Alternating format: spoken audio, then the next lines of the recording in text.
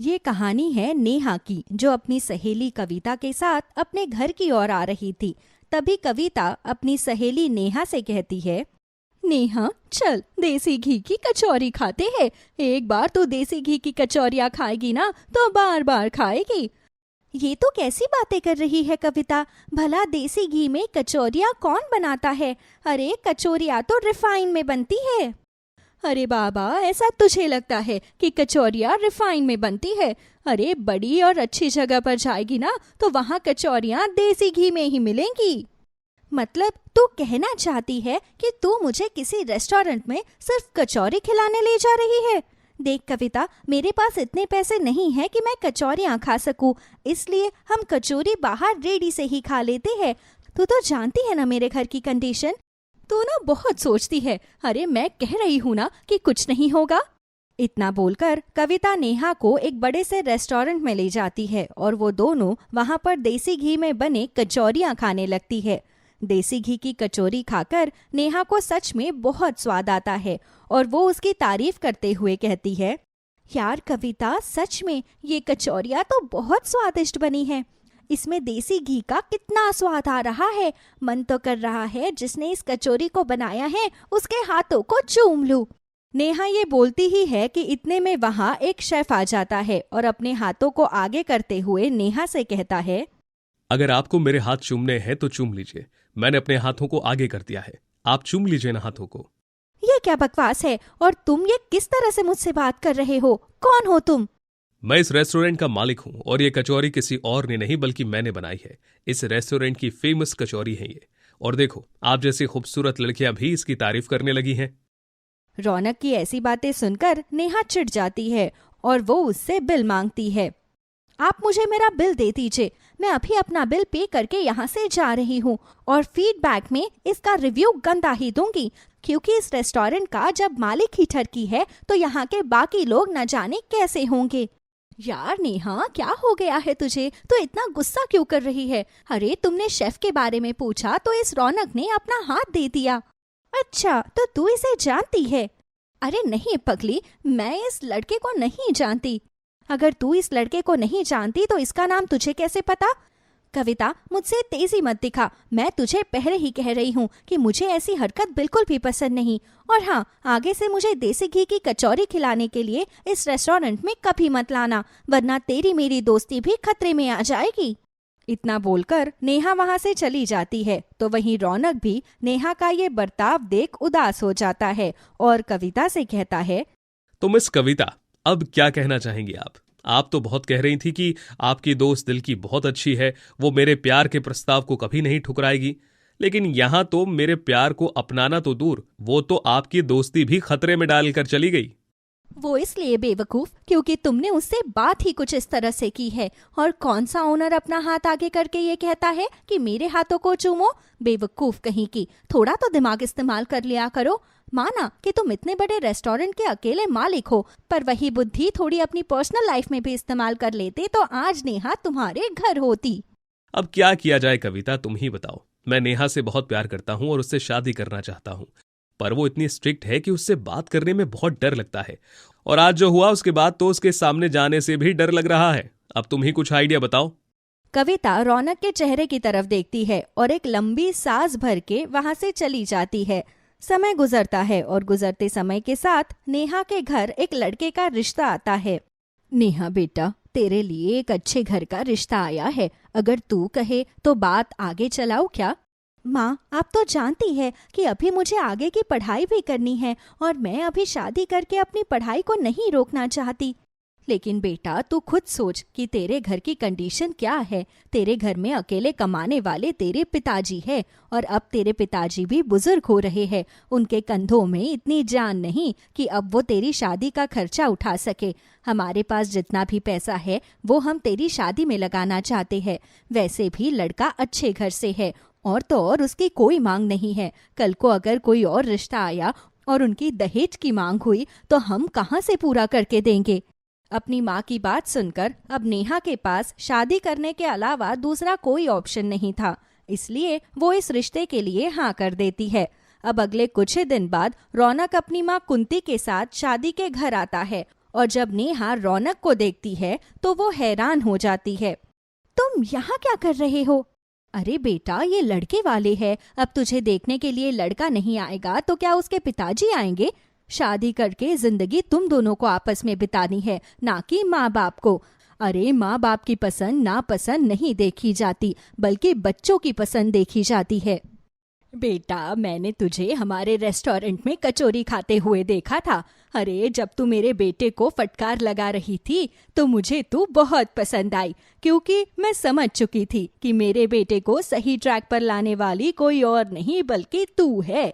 इसलिए मैंने जैसे तैसे तेरा पता निकलवाया और तेरे घर रिश्ता भिजवा दिया। हमने तो कोई दहेज की मांग नहीं की है, बस हम चाहते हैं कि हमारे बारातियों का स्वागत अच्छे से हो। कुंती की बात सुनकर नेहा कुछ नहीं कहती और अपनी माँ की तरफ देखती है, जहाँ उसकी माँ नेहा को एक आस भरी निगाहों से देख रही थी। नेहा भी शादी के लिए हाँ कर देती है। इस तरह रौनक और नेहा का रिश्ता पक्का हो जाता है और बहुत जल्द रौनक और नेहा एक दूसरे के साथ शादी करके पवित्र बंधन में बंध जाते हैं। शादी के बाद नेहा अपने ससुराल की जिम्मेदारी बखूबी संभाल लेती है, पर क्योंकि वो रौनक को जरा भी पसंद नहीं करती थी, इसलिए वो ना तो रौनक के करीब जाती और ना ही उसके साथ बेड पर एक साथ सोती है। नेहा अक्सर हर रात अपना बिस्तर नीचे बिछाकर सो जाया करती। ऐसे ही एक दिन रौनक नेहा के पास आता है, उसे कहता है, नेहा, तुम मुझसे दूर दूर क्यों रहती हो? आखिर क्या वजह है जो तुम मुझसे कटी कटी रहती हो? अरे अब तो हम शादीशुदा हैं, हम दोनों पति पत्नी हैं अब। मैं जानती हूँ रौनक कि हम दोनों अब पति पत्नी हैं, लेकिन सच कहूँ तो मैं तुम्हें बिल्कुल भी पसंद नहीं करती और ये शादी मैंने तुम्हारे या तुम्हारे माँ के लिए नहीं बल्कि अपनी माँ की वजह से करी है, क्योंकि उन्हें तुम पसंद थे। उन्होंने मुझसे पहले कभी कुछ नहीं मांगा, बस उन्होंने मुझसे शादी की मांग रखी थी। इसलिए मैं उनका दिल नहीं दुखाना चाहती थी ये शादी ना करके। पर सच कहूँ तो मेरा शादी करने का जरा सा भी मन नहीं, क्योंकि मैं जानती थी कि जब मेरी शादी होगी या मैं प्यार जैसे बंधन में बंधूंगी तो मेरी पढ़ाई से ध्यान हट जाएगा और मैं सिर्फ ससुराल में ही फंस कर रह जाऊंगी। देखो वही हुआ। नेहा, मैं तुम्हारे इस घुमावदार बातों को समझ नहीं पा रहा। प्लीज रिक्वेस्ट है कि तुम मुझे क्लियर बोलो कि तुम क्या चाहती हो। रौनक, मैं आगे की पढ़ाई करना चाहती थी, क्योंकि मेरे माता पिता बहुत गरीब है और उन्होंने मुझे बहुत मुश्किल से ग्रेजुएशन करवाई है। इतना पढ़ लिख कर मैं अपना ससुराल नहीं संभालना चाहती थी। मैं चाहती थी कि मैं कुछ ऐसा काम करूं जिससे उनका नाम रोशन हो, और इसलिए मैंने कभी तुम पर ध्यान नहीं दिया। और जब भी तुमने मेरे पास आने की कोशिश की तो मैंने हमेशा तुमको खुद से दूर किया, लेकिन शायद मेरी किस्मत में ये था ही नहीं। इतना बोलकर नेहा वहां से चली जाती है। ये सब सुनकर रौनक को भी बहुत बुरा लगता है और उसे एक एहसास होता है कि शायद वो उसकी और उसकी पढ़ाई के बीच में आ गया। अब अगले दिन रौनक एक फॉर्म लेकर आता है और नेहा को वो फॉर्म देकर कहता है, नेहा, तुम्हें आगे की पढ़ाई पूरी करनी थी ना। देखो, मैं तुम्हारे लिए कॉलेज का फॉर्म लेकर आया हूँ, तुम अब अपनी आगे की पढ़ाई पूरी कर लेना। रौनक की बात सुनकर नेहा हैरान थी, क्योंकि उसे लगता था कि शायद रौनक उसकी पढ़ाई में उसका कभी साथ नहीं देगा। लेकिन जब रौनक उसके लिए फॉर्म लेकर आता है तो नेहा की भी आंखें भर आती है। तभी वहां कुंती आती है और बहू के आगे की पढ़ाई का फॉर्म देख कहती है, रौनक, ये तो पढ़ाई का फॉर्म क्यों लेकर आया है? तेरी तो पढ़ाई हो गई है ना? माँ, ये मेरी पढ़ाई का नहीं बल्कि नेहा की पढ़ाई के लिए फॉर्म लाया हूं मैं। नेहा का सपना है कि वो पढ़ाई करके खुद का कुछ कर सके, इसीलिए मैं चाहता हूं कि नेहा आगे की पढ़ाई कंटिन्यू करे। लेकिन शादी के बाद कौन सी पढ़ाई होती है? अरे शादी के बाद एक लड़की अपने घर बार में ही उलझ जाती है। माँ, पढ़ाई करने की कोई उम्र या कोई समय सीमा नहीं होती। मैं चाहता हूं कि नेहा आगे की पढ़ाई करे और हमारा नाम रोशन करे। रौनक अपनी माँ को काफी समझाता है, जिसके बाद कुंती उसकी पढ़ाई के लिए राजी हो जाती है और नेहा अब अपनी पढ़ाई पूरी करती है। तो वहीं पढ़ाई करने के साथ वो अपने ससुराल की जिम्मेदारी अच्छे से संभालती है। समय गुजरता है और गुजरते समय के साथ नेहा होटल मैनेजमेंट का कोर्स कर लेती है। ऐसे ही एक दिन कुंती किचन में देसी घी की कचौरियां बना रही होती है कि तभी उसकी खुशबू नेहा तक पहुंचती है और नेहा किचन तक खींची चली जाती है। माँ जी, मैंने अपनी पढ़ाई पूरी कर ली है, लेकिन मुझे कहीं भी प्लेसमेंट नहीं मिल रही। इसलिए मैं चाहती हूँ कि मैं आपकी ये स्पेशल देसी घी की कचौरियाँ बनाना सीखूँ और खुद का एक स्टॉल लगाऊँ जिस पर सिर्फ देसी घी की कचौरियाँ मिलेगी। नेहा की बात सुनकर उसकी सास उस पर गुस्सा नहीं बल्कि उसको प्यार से कचौरियाँ बनाना सिखाती है। समय गुजरता है और गुजरते समय के साथ अब नेहा भी देसी घी में कचौरियाँ बनाना सीख जाती है। ऐसे ही अब बहुत जल्द नेहा घर से ही कचौरियाँ बनाकर स्विगी जोमेटो द्वारा अपनी कचौरियाँ घर घर तक पहुँचाने लगती है। देखते ही देखते नेहा भी अच्छा कमाने लगती है। ये देख उसकी सास को भी बहुत अच्छा लगता है, क्योंकि रेस्टोरेंट से जो पैसा आ रहा था उसके साथ साथ उतना ही पैसा उसकी बहू भी तो कमा रही थी। एक दिन बिट्टू बाहर से अपने घर में आता है और उसे बहुत अच्छी खुशबू आ रही होती है। तभी बिट्टू अपनी माँ से कहता है, माँ, क्या बना रही हो? खुशबू तो बड़ी अच्छी आ रही है।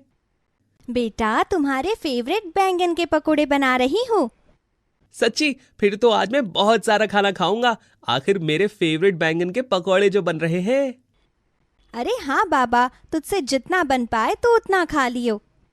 अर्चना अपने छोटे से परिवार के साथ एक खुशहाल जीवन बिता रही थी। क्योंकि अर्चना के घर में सबको उसके हाथ के बैंगन के पकोड़े बहुत पसंद थे, इसलिए कोई भी खुशखबरी होती तो अर्चना घर में बैंगन के पकोड़े ही बनाया करती। अर्चना बैंगन के पकोड़े बनाकर जैसे ही हटती है, वैसे ही वहाँ अर्चना का पति विनोद आ जाता है। लगता है मैं बिल्कुल सही समय पर आया हूँ। गर्मा गर्म पकौड़े तो बनकर तैयार है। अब मैं भी गर्मा गर्म सभी के साथ बैठकर बैंगन के पकौड़े खाऊंगा। बैंगन के पकोड़े तो तैयार होने ही थे बेटा। आखिर तेरी पोस्ट जो बढ़ गई, अब तो सैलरी के साथ साथ तू शहर में काम करेगा, वो भी बहुत बड़ी कंपनी में। इससे बड़ी खुशी की बात और क्या हो सकती है। माँ, मैं आजकल शहर नहीं जा रहा। कंपनी की तरफ से हमें घर भी मिल रहा है। अब हम सब शहर में ही रहेंगे और बिट्टू की पढ़ाई भी शहर में ही कराएंगे। तो बिट्टू, अब तुम्हें और मेहनत करनी होगी, क्योंकि वहां बहुत बड़े बड़े स्कूल हैं और वहां पर बिना टेस्ट के स्कूल में एडमिशन नहीं होता। अगर तुम्हें अच्छे से स्कूल में पढ़ाई करनी है तो बहुत तैयारी करनी होगी, ताकि तुम टेस्ट पास कर सको और अच्छे स्कूल में पढ़ाई कर सको। हाँ पापा, मैं बहुत मेहनत करूंगा, क्योंकि मुझे अच्छे स्कूल से पढ़ाई करनी है। वैसे हम लोग शहर कब जाएंगे? कब से आपको नए ऑफिस में बुलाया है? बस अगले महीने की 1 तारीख को ही हमें शहर शिफ्ट होना है, तो उसके हिसाब से 27 या 28 तक हमारी फ्लाइट की टिकट बन जाएगी। हे भगवान, फ्लाइट की टिकट तो बहुत महंगी होती है। अरे बाबा, कंपनी ही बनाएगी टिकट। इसके बाद हम 30 या 31 तक शहर में पहुंच जाएंगे और 1 तारीख से मैं अपनी नई कंपनी में ज्वाइन कर लूंगा। तब से शुरुआत होगी हमारी नई लाइफ की। बहू, इसका मतलब है अब हमारे पास सिर्फ 10 दिन बचे हैं। जल्दी से तू सारी पैकिंग करके रख ले, कहीं कुछ सामान छूट ना जाए। हाँ माँ जी, आप बिल्कुल सही कह रही है। मैं अभी से तैयारी शुरू कर देती हूँ। अगर हमारा कोई भी सामान छूट गया ना, तो हम दोबारा शहर से गांव अपना सामान लेने थोड़ी ना आएंगे। माँ, कुछ पैकिंग करने की जरूरत नहीं है। आप सिर्फ अपने बस कपड़े और जरूरत की कुछ चीजें पैक कर लीजिए, क्योंकि सब कुछ कंपनी दे रही है हमें। अच्छा चलो, बातें बहुत हो गई हैं, अब जल्दी से गर्मा गर्म पकौड़े खाए जाएं। वैसे भी अर्चना के पकौड़ों की बात ही अलग है। जो भी कहो अर्चना, तुमसे अच्छा बैंगन का पकौड़ा कोई नहीं बना सकता। यहाँ किसी को बैंगन पसंद नहीं, लेकिन जब तुम पकौड़े बनाती हो तो हम सब तुम्हारे बैंगन के पकौड़ों के दीवाने हो जाते हैं। अर्चना की जिंदगी में सब कुछ अच्छा चल रहा था। समय बीतता है और देखते ही देखते शहर जाने का दिन पास आने लगता है। ऐसे ही एक दिन विनोद फोन पर अर्चना से बात करते हुए कहता है, अर्चना, मुझे फ्लाइट की टिकट मिल गई है। परसों ही हम सब शहर के लिए निकल रहे हैं, तो तुम आखिरी बार गांव में हम सब के लिए बैंगन के पकौड़े बना लो और सभी को अलविदा कह दो। अच्छा ठीक है, बना दूंगी, आप बस जल्दी से आ जाओ। आज विनोद की खुशी दुगनी हो गई थी, क्योंकि वो बहुत ही एक्साइटमेंट के साथ गाड़ी चला रहा था। पर तभी अचानक से उसके गाड़ी के सामने एक ट्रक आ जाता है और उसी समय विनोद का कार एक्सीडेंट हो जाता है, जिसमें विनोद अपने पूरे परिवार वालों का साथ छोड़कर हमेशा हमेशा के लिए चला जाता है। विनोद के जाने के बाद विनोद का परिवार बिल्कुल अकेला पड़ जाता है। ऐसे ही एक दिन, दादी, जब से पापा की मौत हुई है तब से माँ ने तो बैंगन के पकौड़े बनाना ही छोड़ दिया। माँ से कहो ना, आज वो हमारे लिए बैंगन के पकौड़े बना दे। हाँ बेटा, मैं बोलूंगी तेरी माँ से। इस तरह आशा अपनी बहू अर्चना से बैंगन के पकोड़े बनाने के लिए कहती है। माँ जी, मैं बैंगन के पकोड़े कैसे बनाऊं? आप जानती है ना, जब से विनोद हमें छोड़कर गए हैं, हमारे ऊपर कैसे दुखों का पहाड़ टूट गया है। ये घर चला पाना मुश्किल हो रहा है और आप बिट्टू को दिलासा दे रही है कि मैं बैंगन के पकोड़े बनाऊंगी। माँ, इस समय मुझे कहीं काम नहीं मिल रहा। अरे, ये सोच सोच कर मेरा तो सर फटा जा रहा है कि घर कैसे चलाऊं। 2 महीने से बिट्टू के स्कूल की फीस नहीं गई है। अगर स्कूल की फीस नहीं भर पाई तो इस बार तो स्कूल वाले बिट्टू को स्कूल से निकाल ही देंगे। जब से विनोद जी गए हैं तब से घर का किराया नहीं गया है। घर के खर्चे खत्म ही नहीं हो रहे। आपकी दवाई खत्म हो गई है। मेरे पास इन सबको पूरा करने के लिए पैसे नहीं हैं और इसे बैंगन के पकोड़े खाने हैं। अर्चना और उसका पूरा परिवार अपने ऊपर दुखों को झेल रहे थे। उनके घर की आर्थिक स्थिति समय के साथ साथ बिगड़ती जा रही थी और इसी बीच एक औरत अर्चना से मदद मांगने आती है। अर्चना बहन, मेरे घर पर कुछ मेहमान आए हैं। मैंने सोचा कि उन्हें पकोड़े बनाकर दे दूं, पर मेरे घर में एक भी सब्जी नहीं है और तुम तो जानती हो ना, बैंगन के पकोड़े बना पाना हर किसी के बस की बात नहीं है। मेरे घर में सिर्फ बैंगन रखे हैं, तो तुम प्लीज घर आकर मेरे मेहमानों के लिए बैंगन के पकोड़े बना दो ना, ताकि मेरी इज्जत बच जाए। बेटा, मेरी बहू इस वक्त कहीं नहीं जाएगी। बड़ी मुश्किल से हमें जूड़ा बनाने का काम मिला है। अगर वो तुम्हारे घर में जाकर बैंगन के पकोड़े बनाएगी तो हमारा दिन में जो मुश्किल से 100 रुपए की दिहाड़ी बनती है वो भी नहीं बन पाएगी। और तू तो हमारे घर के हालातों से बखूबी वाकिफ है। आंटी जी, मैं आपकी परेशानी समझती हूँ, इसलिए मैं अर्चना बहन से किसी भी तरह का कोई फ्री में काम नहीं करवाऊंगी। मैं खुद नहीं चाहती कि आप लोगों का नुकसान हो, इसलिए मैं अर्चना बहन को बैंगन के पकोड़े बनाने के लिए पैसे दे दूंगी। इसलिए अब आप प्लीज उसे पकोड़े बनाने दीजिए ना। देखिए, इसमें आपका भी फायदा होगा और मेरा भी। दादी, जाने दो ना माँ को। इसी बहाने माँ के बैंगन के पकौड़े फेमस हो जाएंगे और क्या पता हमें आंटी की तरह और भी लोग आकर माँ से बैंगन के पकौड़े बनाए। दिन के 100 रुपए कमाने से तो अच्छा है ना कि माँ 400-500 कमाए, ताकि हमारा घर चल सके। अर्चना और आशा को बिट्टू की बात बहुत पसंद आती है और अर्चना बिना कुछ सोचे उस औरत के घर जाकर बैंगन के पकोड़े बनाती है और वो औरत एक दिन की दिहाड़ी के हिसाब से अर्चना को 500 रुपए दे देती है। जिसके बाद बिट्टू अपनी माँ से कहता है, माँ, मैं और पापा कहते थे ना आपसे कि आप बैंगन के पकोड़े बहुत अच्छे बनाती हो। आज इतने दिनों बाद ये 500 रुपए देखकर कितनी खुशी मिल रही है। एक समय था जब 500 रुपए हम बाहर जाकर खा कर आ जाते थे और अब ये नौबत आ गई कि दूसरों के घर में बैंगन पकोड़े बनाकर हमने ये 500 रुपए कमाए हैं। माँ जी, अब क्या कर सकते हैं, यही हमारी किस्मत है। काश कि इस तरह रोज मुझे काम मिल जाता तो मैं डेली का 500 रुपए कमा लेती। माँ, हमें स्कूल में मैडम ने सिखाया था कि अगर हम अपना खुद का बिजनेस करें तो ज्यादा फायदा है। अगर आप इन 500 रुपए से बेसन और बैंगन खरीदकर बाजार में या कहीं पर भी बैंगन के पकोड़े बनाकर बेचे तो हमें काफी ज्यादा फायदा होगा, क्योंकि हम जो घर से बनाते हैं ना पकोड़े, उसमें हमें ज्यादा फायदा नहीं मिलता। अगर हम अपने पकोड़े खुद बनाकर बेचे तो हमारा ज्यादा बिजनेस होगा। बिट्टू की बात अर्चना और आशा को पसंद आ जाती है। अब अर्चना बिट्टू के कहे अनुसार घर में थोड़े से बेसन और बैंगन लेकर आती है और उन्हें बनाकर बाजार में गरीब माँ के पकोड़े के नाम से बेचने लगती है। गरीब माँ के बैंगन के पकोड़े? अरे बहन, क्या तुम सिर्फ बैंगन के ही पकोड़े बनाकर बेचती हो? भला तुमने ये बिजनेस क्यों शुरू किया? बैंगन यहाँ किसी को पसंद नहीं आता है, इसमें तो तुम्हारा नुकसान ही होगा। भाई साहब, जब आप मेरे हाथ के पकोड़े खाएंगे तो आपको खुद पता चल जाएगा कि मैंने बैंगन के पकोड़े बेचना ही क्यों मुनासिब समझा। अरे बहन, मैं तो हर तरह के पकोड़े खा लेता हूँ, इसीलिए जल्दी से लगा दो मेरे लिए अपने खास स्पेशल बैंगन के पकोड़े।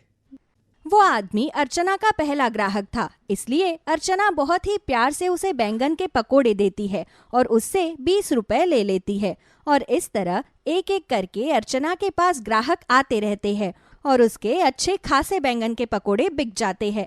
अब शाम को जब अर्चना घर जाती है तो बिट्टू अपनी माँ से उसके बैंगन के पकोड़ों के बारे में पूछता है। माँ, कैसा रहा आपका पहला दिन? बेटा, जितना हमने सोचा था उतनी कमाई नहीं हुई। बहू, तू हिम्मत मत हार और यूं इस तरह उदास मत हो। अरे किसी भी काम में थोड़ा समय तो लगता ही है। तू बस ये देख कि तूने जितने भी बैंगन के पकोड़े बनाए थे वो सब पकोड़े बिक गए। देखना कल तेरी और अच्छी कमाई होगी। अपनी सास और बेटे की बात सुनकर अर्चना का हौसला बढ़ जाता है और वो अगले दिन फिर से बैंगन के पकोड़े बेचने जाती है। और आज उसकी दुकान पर काफी भीड़ लग जाती है, जिसे देखकर अर्चना बहुत खुश होती है और खुशी से खुद से बोलती है, सही कहा था माँ जी और बिट्टू ने। लगता है मेरे बैंगन के पकोड़े सभी को पसंद आ रहे हैं, तभी तो लोग मेरे बैंगन के पकोड़ों को इतना खा रहे हैं। उफ, अब शायद मैं अच्छे से अपना घर चला पाऊंगी।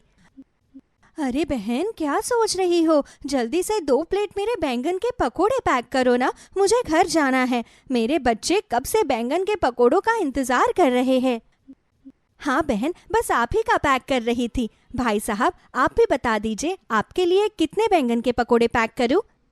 अपने ग्राहकों को बैंगन के पकोड़े बड़े ही चाव से खाता देख अर्चना का हौसला बुलंद हो जाता है और फिर वो कभी हिम्मत नहीं हारती और इस तरह एक गरीब माँ अपने बैंगन के पकोड़े की वजह से फेमस हो जाती है और अब दूर दराज से लोग आकर अर्चना के बैंगन के पकोड़े खाते हैं।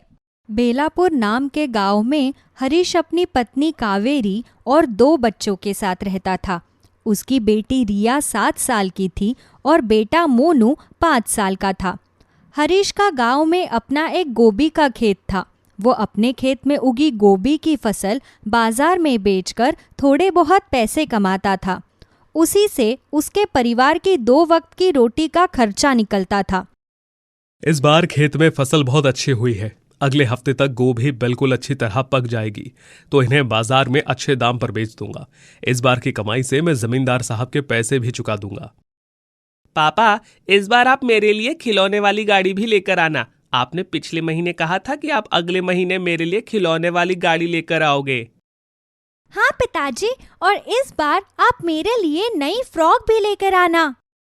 हाँ बच्चों, मैं तुम्हारे लिए सब कुछ लेकर आऊंगा, लेकिन पहले फसल तो बिक जाने दो। हरीश बड़ी ही बेसब्री से गोभी के फसल के पकने का इंतजार कर रहा था ताकि वो जल्दी से उसकी कटाई करके उसे बाजार में अच्छे दाम पर बेच सके। लेकिन कभी कभी हमारे साथ वो नहीं होता जो हम सोचते हैं। वैसा ही कुछ हरीश के साथ भी हुआ। गोभी की कटाई करने से एक रात पहले ही बहुत जोर की बारिश आ गई। हे भगवान, अगर इसी तरह से बारिश होती रही तो सुबह तक मेरी सारी फसल खराब हो जाएगी। इतनी मेहनत से मैंने इस बार ये गोभी लगाई थी। अगर मैं इस फसल को बेचकर पैसे नहीं कमा पाया तो जमींदार साहब मेरे खेत को हड़प लेंगे। हमारे पास कुछ भी नहीं बचेगा। आप परेशान मत होइए जी, शायद थोड़ी देर में ये बारिश रुक जाएगी। आप शांति से बैठकर खाना खा लीजिए।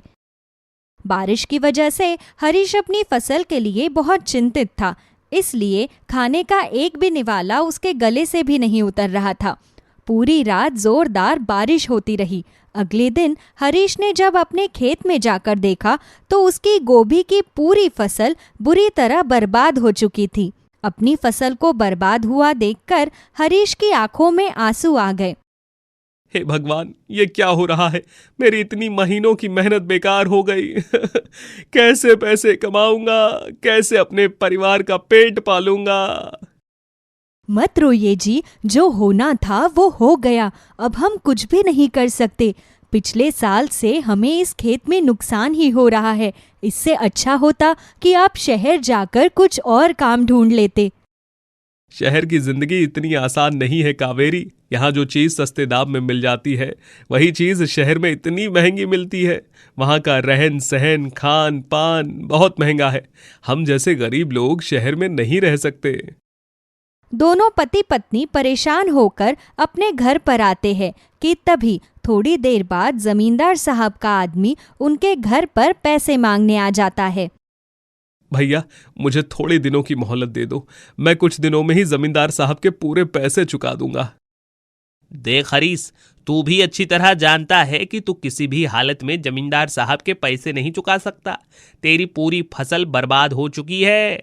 अगली फसल उगाने के लिए तेरे पास पैसे नहीं है तो तू किस तरह जमींदार साहब के पैसे चुकाएगा हैं?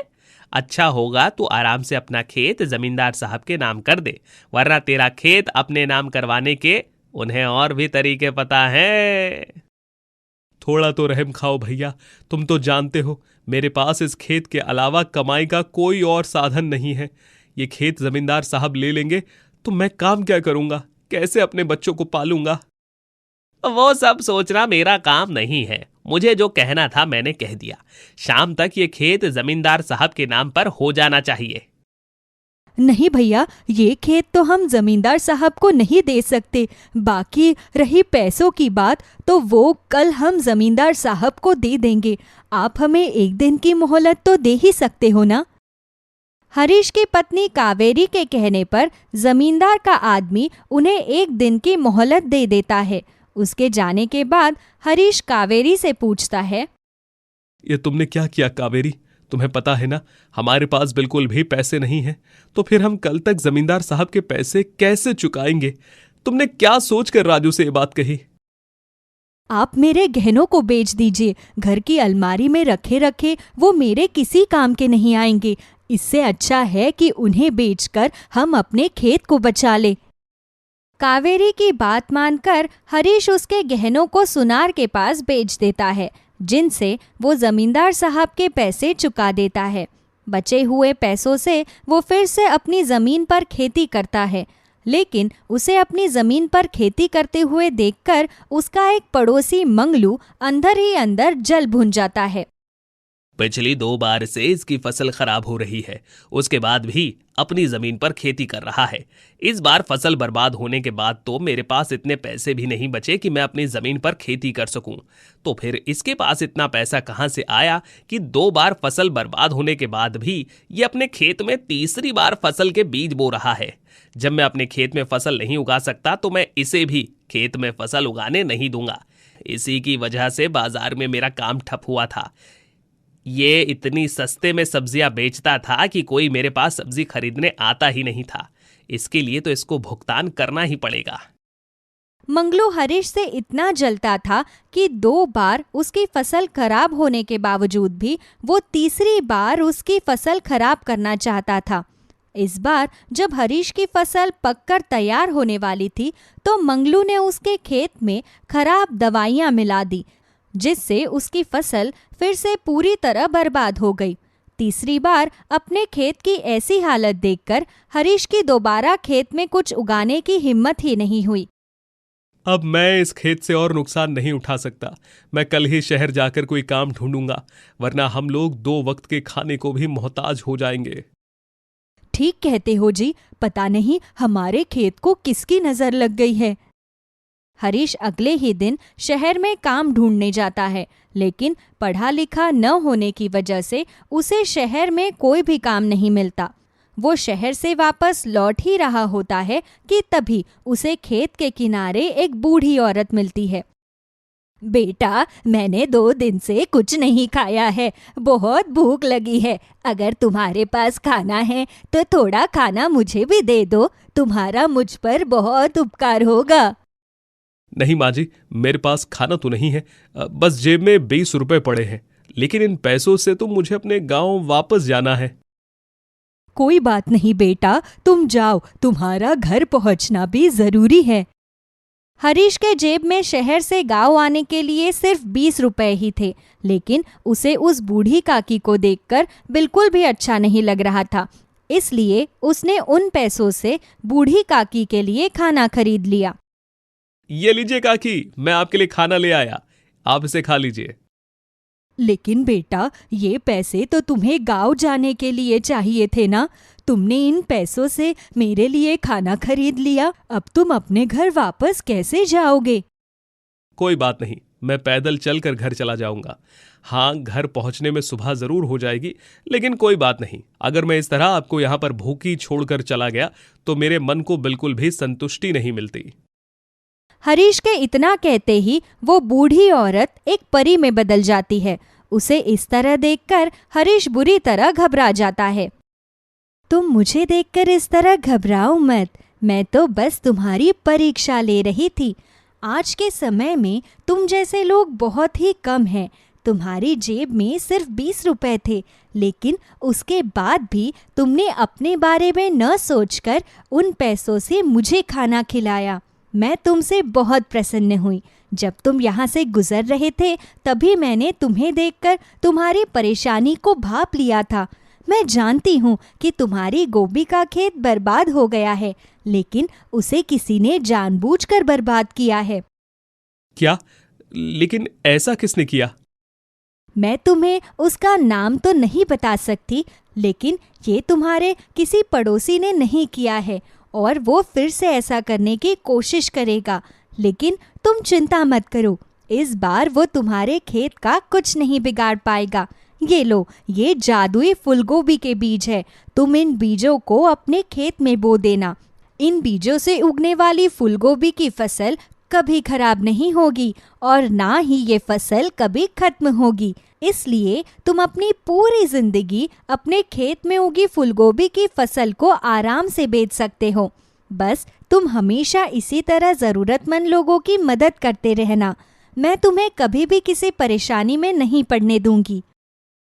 परी के कहने पर हरीश जादुई फूलगोभी के बीजों को अपने खेत में उगा देता है। अगले दिन जब वो अपने खेत में जाकर देखता है तो उसकी फसल फूलगोभी की हरी भरी फसल की तरह लहरा रही थी। अरे, ये तो सचमुच चमत्कार हो गया। कल तक मेरा जो खेत बिल्कुल बंजर पड़ा था, आज उस खेत में इतनी हरी भरी गोभी की फसल उग गई है। परी, तुम जहां भी हो, तुम्हारा बहुत बहुत धन्यवाद। तुम्हारी वजह से आज कितने समय के बाद मेरा खेत फिर से हरा भरा हो गया।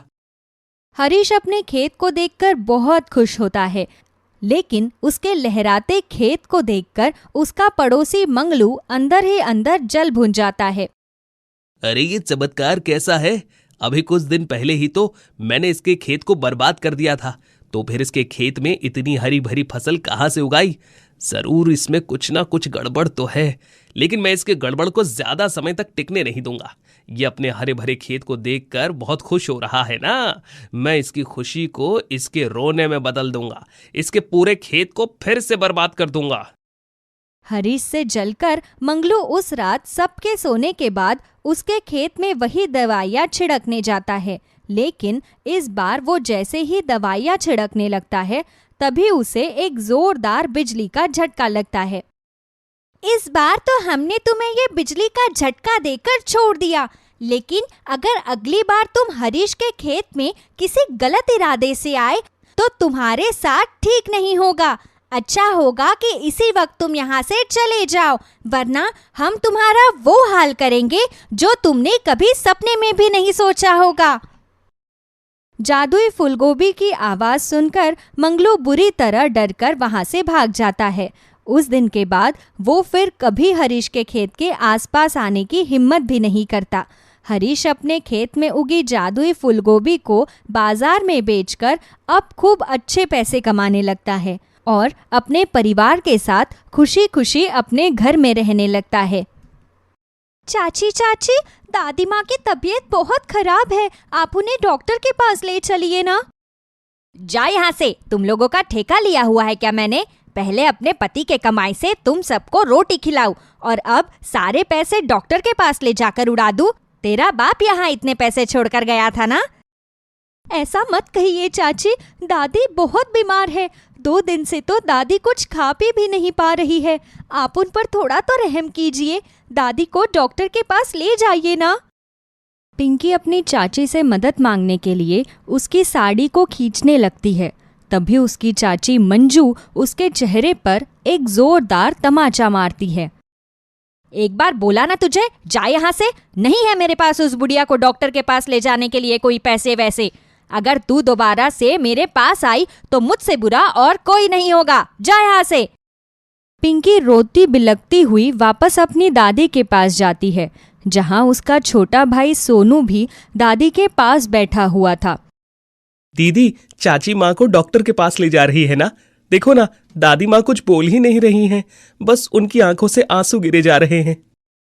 दादी माँ, आपको क्या हो गया? दादी माँ। पिंकी की दादी की आंख से आंसू बहते हुए वो इस दुनिया को छोड़कर चली जाती है। पिंकी और सोनू के माता पिता का देहांत तो पहले ही एक सड़क हादसे के दौरान हो गया था। तब से वो अपनी दादी और चाचा चाची के साथ रहते थे।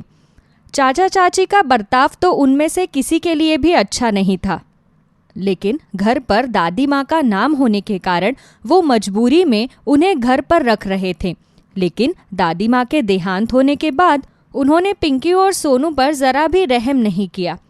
शकुंतला देवी का देहांत होते ही वो उन्हें धक्के मारकर घर से बाहर निकालने लगे। ऐसा मत कीजिए चाची, आप लोगों के अलावा इस दुनिया में हमारा कोई भी नहीं है। मम्मी पापा तो पहले ही हमें छोड़कर जा चुके हैं। दादी थी, अब वो भी हमें छोड़कर चली गई। हम दोनों अकेले कहाँ जाएंगे? हमारे पास तो अपना कोई घर भी नहीं है। तुम्हारे पास अपना कोई घर नहीं है तो इसमें मैं क्या करूँ? ये मेरा घर है, कोई अनाथ आश्रम नहीं है कि कोई भी अपने बच्चों को यहाँ पर पटक कर चला जाएगा और मैं उनकी देखभाल करूंगी। मेरे पास पहले ही अपने बहुत खर्चे हैं। मैं तुम दोनों अनाथों का खर्चा अपने सर पर नहीं उठा सकती। तुम दोनों तो वैसे भी इतने मनहूस हो। पहले दोनों अपने माँ बाप को खा गए, फिर माँ जी को भी खा गए। अब क्या चाहते हो, हम दोनों भी तुम्हारे वजह से भगवान को प्यारे हो जाए? नहीं चाची, हमने ऐसा कुछ नहीं किया। हमने कहा था कि दादी माँ को अस्पताल लेकर चलो, लेकिन आप दादी माँ को अस्पताल लेकर नहीं गई, इसलिए उनकी तबीयत ज्यादा खराब हो गई। एक तो चोरी, ऊपर से सीना जोरी। देखो तो कैसे इल्जाम लगा रही है मुझ पर। अब तो मैं तुझे अपने घर के आसपास भी नहीं भटकने दूंगी। ले अपने भाई को और निकल यहाँ से। मंजू एक पोटली में उन दोनों का सामान बांधकर उन्हें घर से निकाल देती है। सोनू छोटा था, इसलिए वो ये सब देखकर डर जाता है और रोने लगता है। दीदी दीदी, चाची ने हमें घर से निकाल दिया। अब हम दोनों कहाँ पर जाएंगे? पता नहीं सोनू, मैं भी नहीं जानती कि हम दोनों कहाँ जाएंगे। दोनों भाई बहन यूं ही रास्ते पर चले जाते हैं, लेकिन उन्हें रहने के लिए कोई भी जगह नहीं मिलती। थोड़ी दूर चलते चलते वो दोनों बहुत ही थक जाते हैं। उन्हें चलते चलते शाम हो जाती है। तभी उन्हें रास्ते में एक बहुत बड़ा बाग दिखाई देता है। दीदी, मैं चलते चलते बहुत थक गया हूँ और अब तो अंधेरा भी हो रहा है। हमें और आगे नहीं जाना चाहिए। क्यों ना आज हम दोनों इसी बाग में रुक जाएं? तुम ठीक कह रहे हो सोनू, हम दोनों आज रात यहीं पर रुक जाते हैं। दोनों बहन भाई वहां पर जाकर एक पेड़ के नीचे बैठ जाते हैं। तभी सोनू की नजर उस पेड़ पर पड़ती है। देखो दीदी, इस पेड़ पर तो लाल रंग के अमरूद लगे हुए हैं। मैंने तो अपनी जिंदगी में पहले कभी लाल रंग के अमरूद नहीं देखे। हाँ सोनू, लाल रंग के अमरूद तो कभी मैंने भी नहीं देखे। ये तो सचमुच कोई विचित्र पेड़ है। काश कहानियों में लिखी हुई जादुई पेड़ की तरह ये लाल अमरूद का पेड़ भी जादुई होता और हमारे मांगते ही ये अपने पेड़ से हमें बहुत सारे लाल अमरूद तोड़ कर दे देता। हाँ दीदी, काश ऐसा होता। मुझे बहुत जोर से भूख लगी है, लेकिन इस पेड़ के अमरूद बहुत ऊंचाई पर लगे हैं। हम दोनों इन्हें नहीं तोड़ सकते।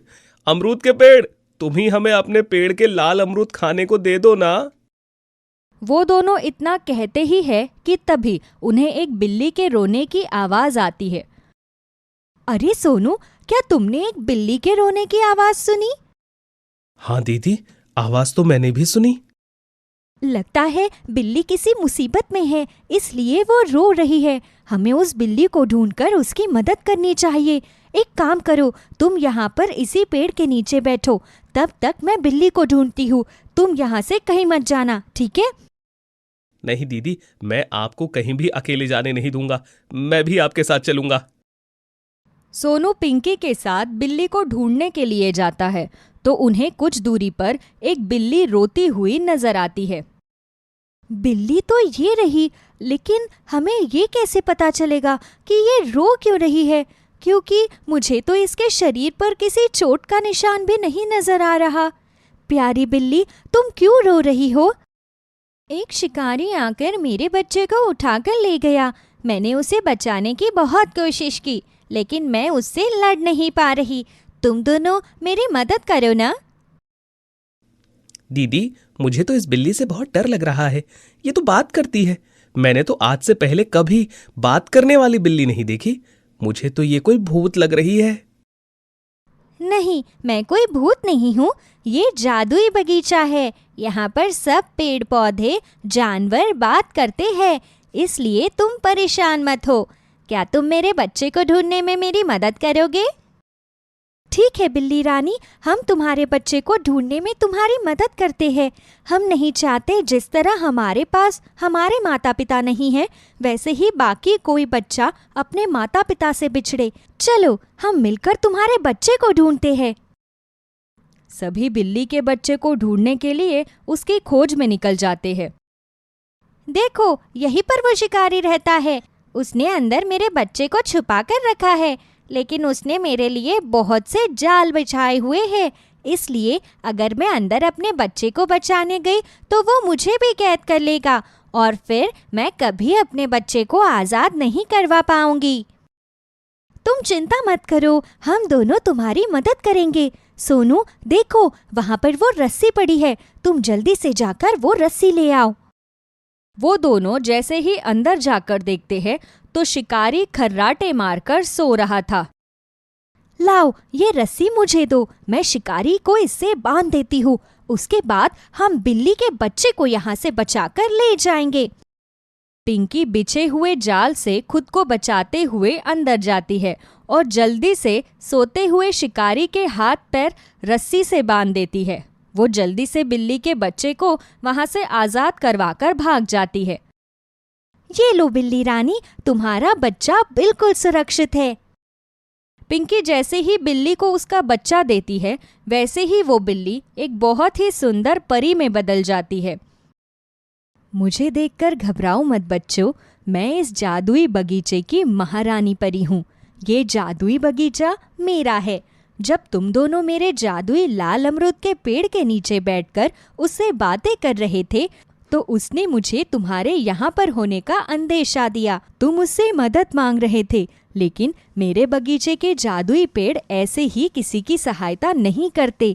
जब तक उन्हें ये पता ना चले कि ये इंसान सच्चा और नेक है, तब तक वो तुम्हारी मदद नहीं करते। इसलिए मैं तुम दोनों की परीक्षा लेने आई थी। तुम दोनों ने निस्वार्थ भाव से मेरी सहायता की, मेरे बच्चे को बचाया, इसलिए मैं तुमसे बहुत खुश हूँ। तुम वापस मेरे जादुई लाल अमरूद के पेड़ के पास जाओ। अब मैं तुम्हारी सहायता जरूर करूंगी। इतना कहकर वो परी वहां से गायब हो जाती है। तभी दोनों भाई बहन फिर से जादुई लाल अमरूद के पेड़ के पास वापस जाते हैं। तो आ गए तुम दोनों। मैं तुम दोनों का ही इंतजार कर रहा था। मैंने देखा कि तुमने किस तरह उस बिल्ली के बच्चे को बचाया। तुम दोनों बहुत ही नेक दिल हो, इसीलिए मैं तुमसे बहुत खुश हूं। धन्यवाद जादुई लाल अमरूद के पेड़। हम दोनों को बहुत भूख लगी है। क्या तुम हमें अपने पेड़ के लाल अमरूद खाने के लिए दे सकते हो? हाँ हाँ, क्यों नहीं, मैं तुम्हें अभी देता हूं। जादुई लाल अमरूद का पेड़ उन्हें अपने पेड़ से अमरूद तोड़ कर देता है। तभी वो उन दोनों से पूछता है, मुझे एक बात समझ में नहीं आ रही। तुम दोनों इतनी रात गए इस बगीचे में क्या कर रहे हो? तुम्हें इस समय अपने घर पर होना चाहिए। तुम्हारे घर वालों को तुम्हारी चिंता हो रही होगी। जादुई लाल अमरूद के पेड़ की ये बात सुनकर दोनों बहन भाई के आंखों में आंसू आ जाते हैं। क्या हुआ? मैंने तुम दोनों को कुछ गलत कह दिया क्या? अगर तुम दोनों को मेरी किसी बात का बुरा लगा हो तो मुझे माफ करना, लेकिन तुम इस तरह से रो मत। नहीं, हमें तुम्हारी किसी भी बात का बुरा नहीं लगा। तो फिर तुम दोनों रो क्यों रहे हो? जादुई लाल अमरूद के पूछने पर पिंकी उसे सारी बात बताती है। उसकी बात सुनकर जादुई लाल अमरूद के पेड़ को भी बहुत दुख होता है। मैं समझ सकता हूं कि इस वक्त तुम दोनों कितने परेशान हो, लेकिन तुम्हारे चाचा चाची ने तुम्हारे साथ जो भी किया वो बिल्कुल भी ठीक नहीं था। देखो, मैं चाहूं तो उनकी अकल ठिकाने लगा सकता हूं। उसके बाद वो तुम्हारे साथ फिर कभी ऐसा व्यवहार नहीं करेंगे। लेकिन मैं नहीं चाहता कि तुम ऐसे लोगों के बीच में रहो जो तुमसे प्यार ही ना करते हो। मैं इसी बगीचे में तुम दोनों के लिए एक प्यारा सा घर बना देता हूं। आज से तुम दोनों इस जादुई बगीचे में अपने घर में रहना। वहां पर तुम्हारे लिए हर सुख सुविधा होगी। तुम्हारा ख्याल रखने के लिए मैं भी यहां पर रहूंगा। इसीलिए तुम्हें किसी भी बात की चिंता करने की जरूरत नहीं। क्या तुम सच कह रहे हो जादुई लाल अमरूद के पेड़? हाँ सोनू, तुम बस थोड़ी देर रुको, मैं अभी तुम्हारे लिए अपने जादू से एक प्यारा सा घर बना देता हूँ। जादुई लाल अमरूद का पेड़ उन दोनों के लिए वहां पर एक प्यारा सा घर बना देता है। उस दिन से दोनों बहन भाई जादुई बगीचे में अपने प्यारे से घर में रहने लगते हैं, जहां जादुई लाल अमरूद का पेड़ उन दोनों का बहुत ख्याल रखता है और वो दोनों वहां पर बहुत खुश रहते हैं।